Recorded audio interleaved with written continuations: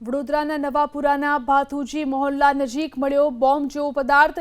ખોદકામ સમયે ફૂટ્યા વગરનો ગેસ ગ્રેનેડ મળી આવતા ચકચાર મચી ગઈ। બોમ્બ જેવો પદાર્થ મળતા પોલીસ સહિતની સુરક્ષા એજન્સીઓ દોડતી થઈ। પોલીસે બોમ્બ જેવો પદાર્થ કબજે કરી અને ફોરેન્સિક નિષ્ણાતો પાસે તેની તપાસ કરાવી। એફએસએલની પ્રાથમિક તપાસમાં નોન હેન્ડ ગેસ ગ્રેનેડ નીકળતા હાશકારો અનુભવાયો।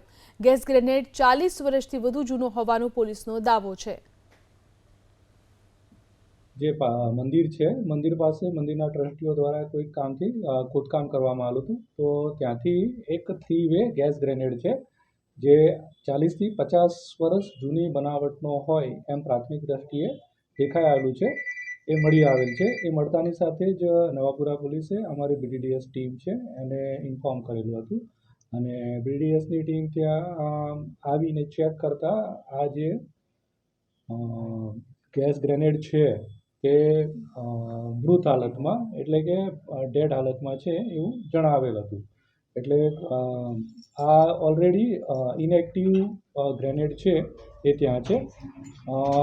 કદાચ ત્યાં કોઈક જૂની ચોકી હતી અથવા જે તે વખતે કોઈક વાર રાયોટિંગમાં કોઈક વાર ગેસ ફેંકવામાં આવેલો હોય તો ત્યાં રહી ગયું હોય અને એને કારણે અત્યારે ખોદકામ કરવા મળી આવે।